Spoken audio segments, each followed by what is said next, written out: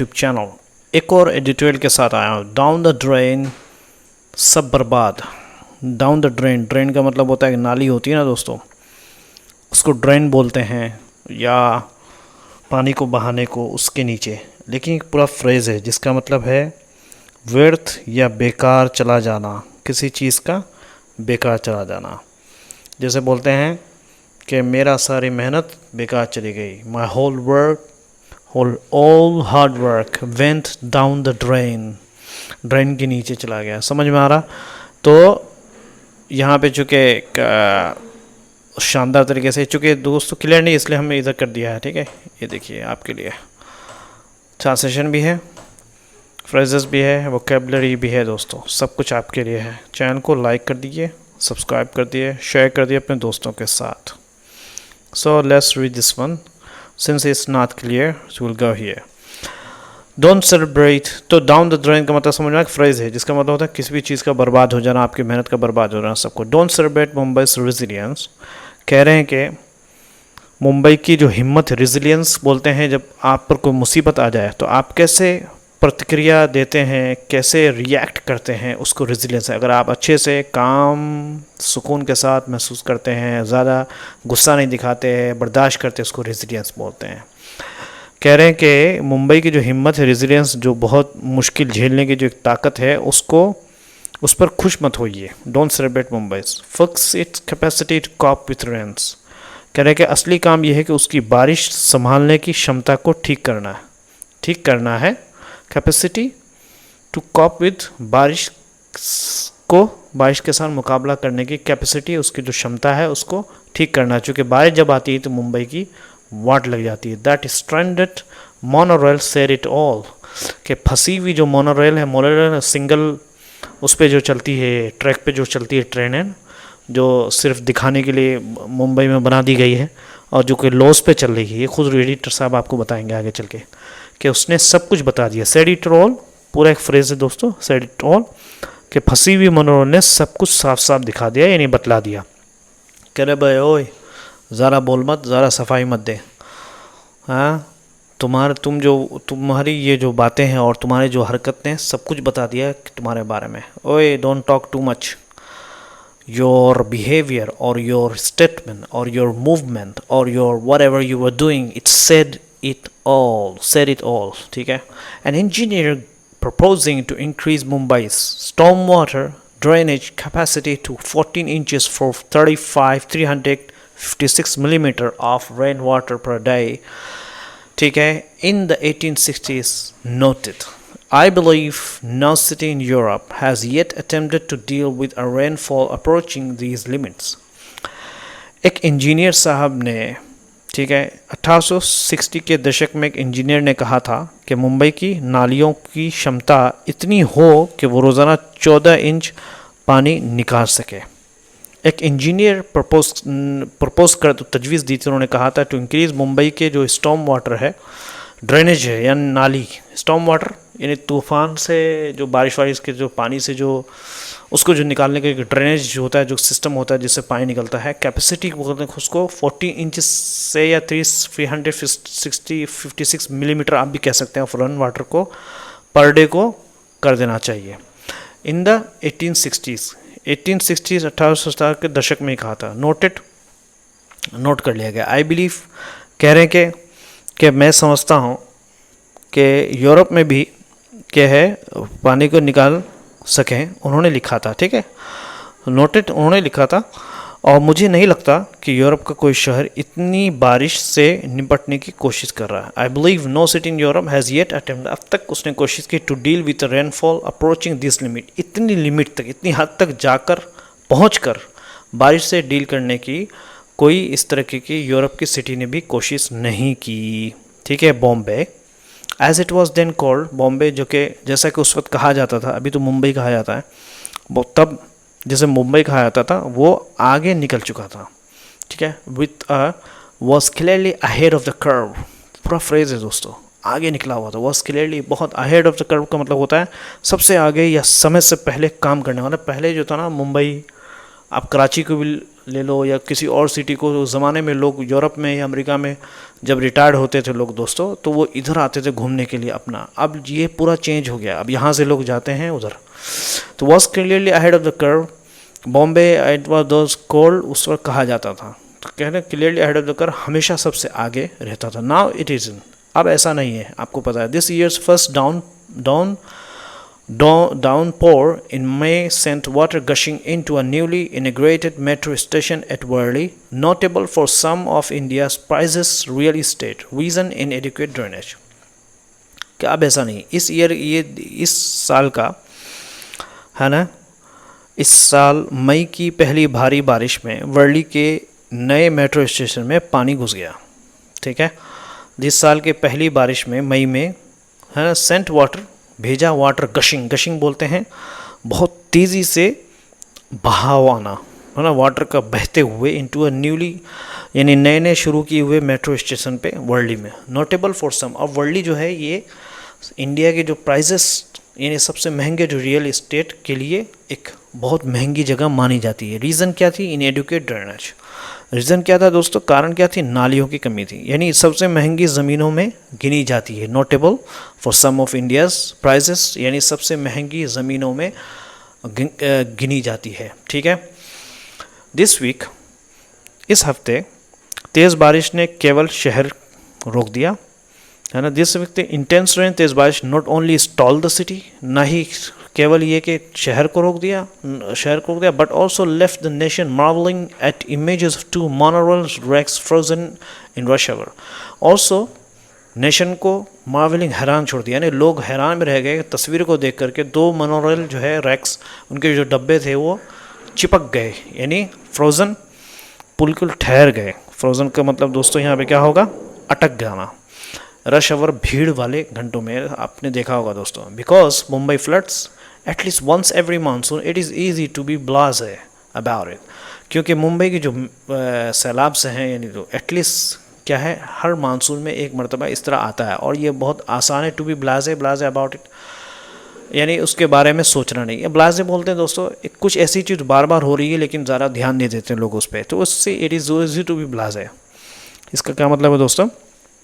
तो उन्होंने भीड़ भाड़ वाले समय में गाड़ियाँ फंसी हुई देखी, चूँकि मुंबई में क्या हर मानसून में कम से कम एक बार इस तरह के तो मुंबई डूबता है, लोग इसे हल्के में लेने लगते हैं। It is easy to be blase about it, हल्के में, बार बार होने से गंभीरता ना लेना, blase about it. But Mumbai is India second, लेकिन मुंबई क्या है दोस्तों?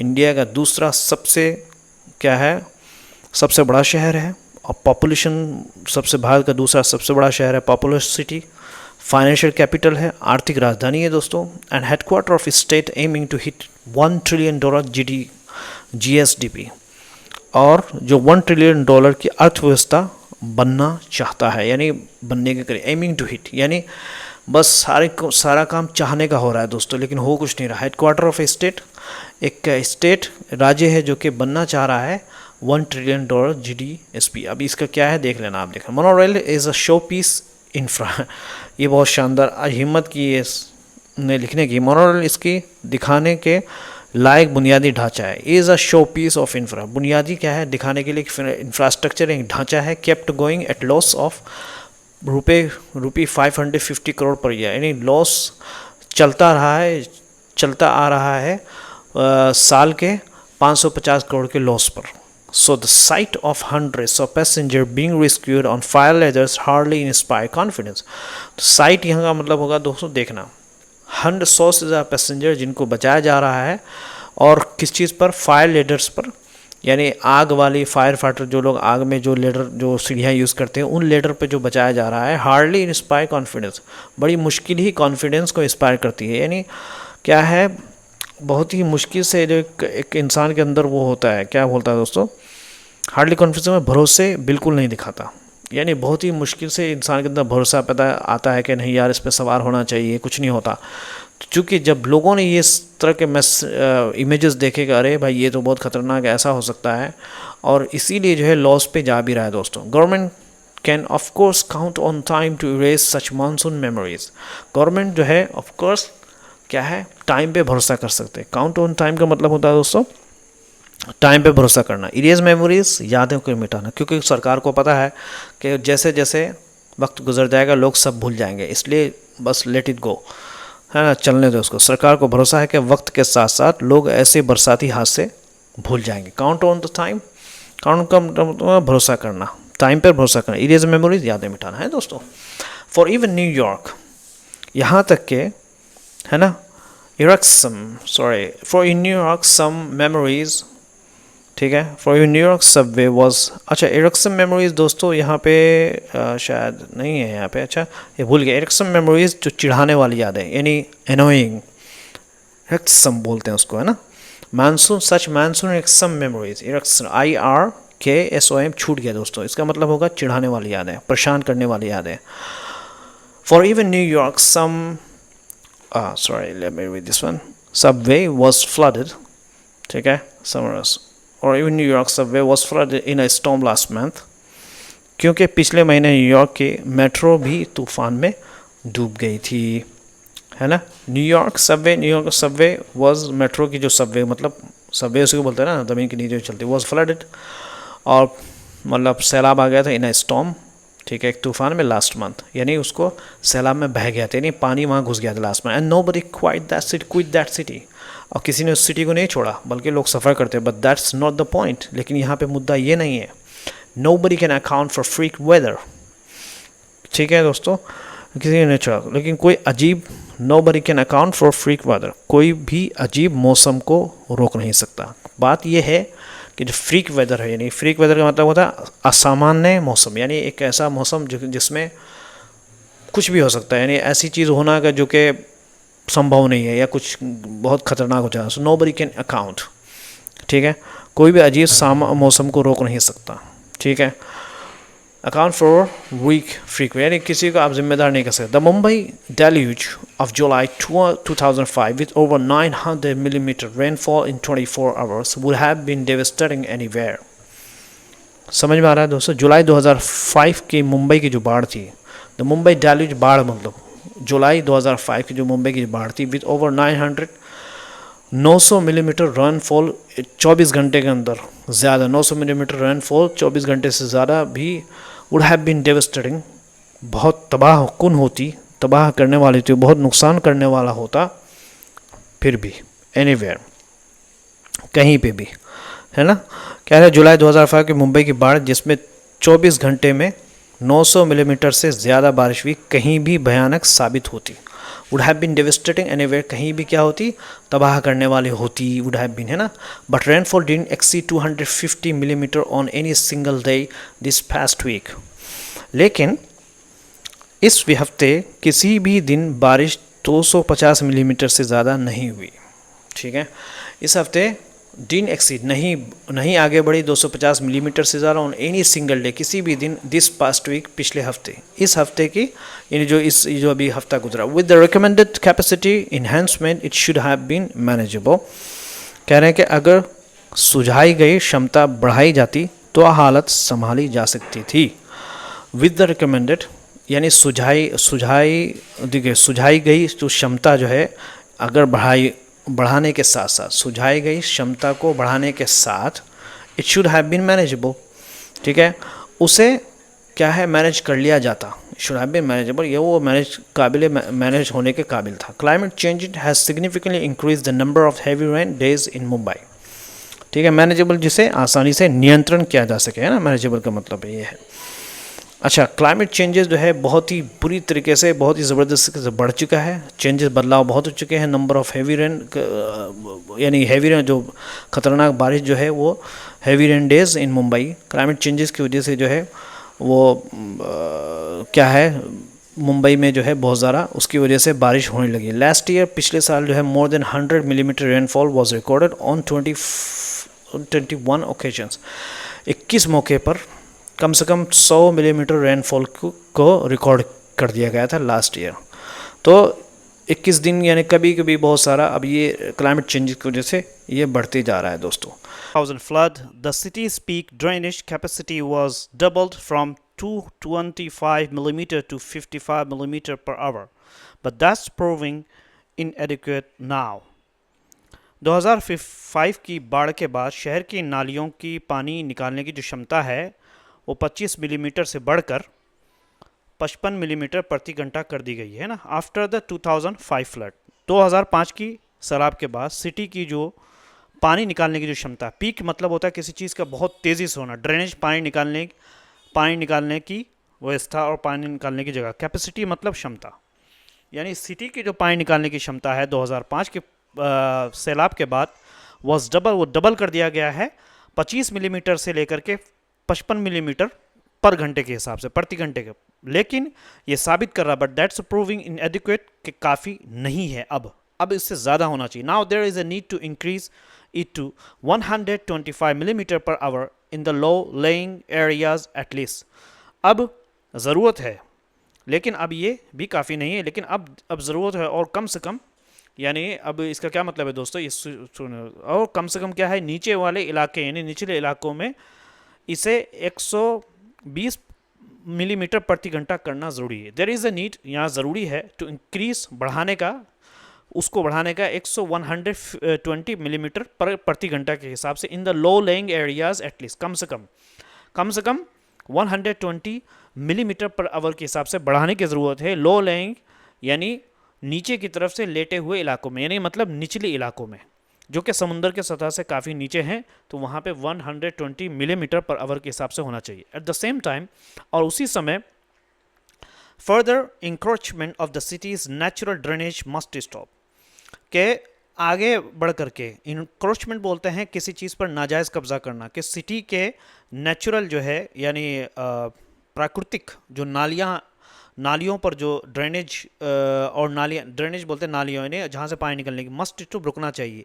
क्योंकि आपने देखा होगा बहुत सारे लोग फुटपाथ के ऊपर नालियों के ऊपर अपनी दुकान बना लेते हैं, वहाँ पर कब्जा कर लेते हैं या उसके पानी को रोक लेते हैं, तो ये सब चीज़ें बंद होना चाहिए। तो उसी समय क्या है, शहर के प्राकृतिक नालियों पर भी कब्जा, अवैध यानी इंक्रोचमेंट बोलते हैं, अवैध कब्जा को करना जो है वो रोकना होगा। समझ में आ रहा? Because Mumbai is stretch to its limit, क्योंकि मुंबई जो है अब संभल नहीं रहा है। मुंबई ने अपने खींच लिया है उसकी हद तक, अपने आप को खींचा है उसकी हद तक, जैसे आप रबड़ को खींचते हैं, आप ज़्यादा खींचेंगे तो क्या हो जाएगा दोस्तों, रबड़ टूट जाता है। इसी तरीके से मुंबई में जितनी भीड़ होनी थी वो हो चुकी है, क्योंकि मुंबई पहले से अपनी सीमा तक खींच चुकी है ना।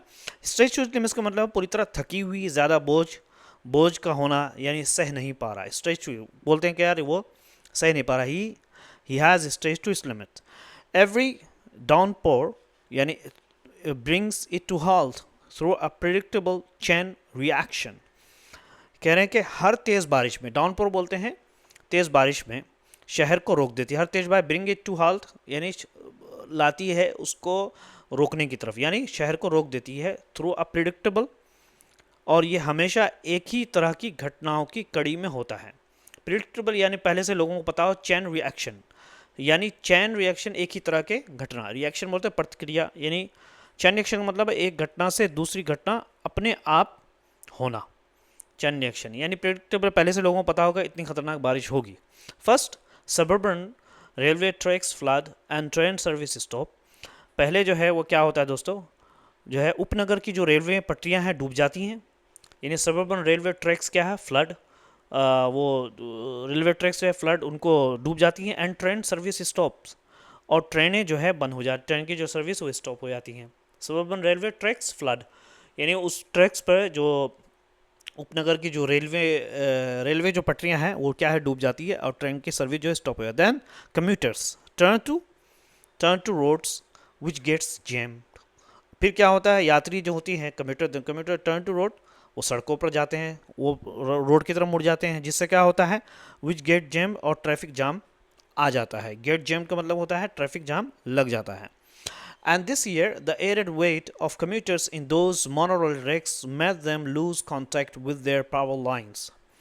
कह रहे हैं कि इस साल मोनोरेल में ज़्यादा भीड़ यानी एक्स्ट्रा वजन के कारण वो बिजली की लाइन से जुड़ाव खो बैठी। This year the added weight of commuters यानी यात्रियों के जो बढ़ती हुई वजन, यानी बहुत सारे जब यात्रियाँ जो है सफ़र करने लगे इन दोज मोनोरेल के डब्बों के अंदर, मोनोरेल रैक्स में, मेड देम लूज, जिसको क्या कर दिया, उसको अपना जो है बिजली की लाइन से made them lose contact with the power line, उनके जो बिजली के लाइन्स है उससे कॉन्टेक्ट को ख़त्म करने में, यानी उसको जुड़ाव खो बैठने में जो है हेल्प किया, यानी मदद किया, यानी जिससे जुड़ाव जो है, जो बिजली की लाइन से जो जो उसका कांटेक्ट होना चाहिए मोनोरेल का, वो उससे ख़त्म हो गया। Mumbai can't wish away the rain, Mumbai जो है वो क्या करता है, बारिश की रोक नहीं सकता। विश का मतलब चाहना, अवे का मतलब किसी चीज़ को दूर जाना, यानी मुंबई ये तो विश नहीं कर सकता कि बारिश ना हो, can't wish, but it can fix is drainage, लेकिन उसकी जो है ड्रेनेज यानी जो उसकी नालियाँ जो है वो क्या करता है दोस्तों, उसको ठीक कर सकता है। एंड शुड, और होना चाहिए ये काम जो कि कर देना चाहिए, सिर्फ इच्छा करके किसी समय को दूर कर देना जो संभव नहीं है, किसी समस्या को दूर करना काफ़ी नहीं है, यानी we wish can't wish away खाली रोक नहीं सकती, but it can fix is drainage and it should है। ठीक है दोस्तों, और इसी तरह ट्रांसलेशन है, आप इसका स्क्रीनशॉट ले लीजिए, ले लिया दोस्तों। और ये फ्रेजेस है दोस्तों, डाउन द रेन, बर्बाद होना, बेकार हो जाना, देख के बोलते हैं मेरी सारी मेहनत भारी बारिश में बेकार हो गई। All my hard work went down the drain after the heavy rain. Ahead of the curve, समय से आगे, सबसे आगे, कह रहे कि ये नई टेक्नोलॉजी सचमुच समय से आगे है। This new technology is really ahead of the curve. Stranded, फंसा जाना, hundreds of passenger were stranded in the flood, सैकड़ों यात्रियाँ बाढ़ में फंस गए। इस तरीके से ब्लाज अबाउट, किसी चीज़ को हल्के में लेना, कह रहे हैं कि वो परीक्षा को हल्के में लेता है, ठीक है, कभी गंभीरता से पढ़ाई नहीं करता। He is blasé about exam, never study seriously. Show piece infra, दिखावटी प्रतिष्ठा वाली व्यवस्था।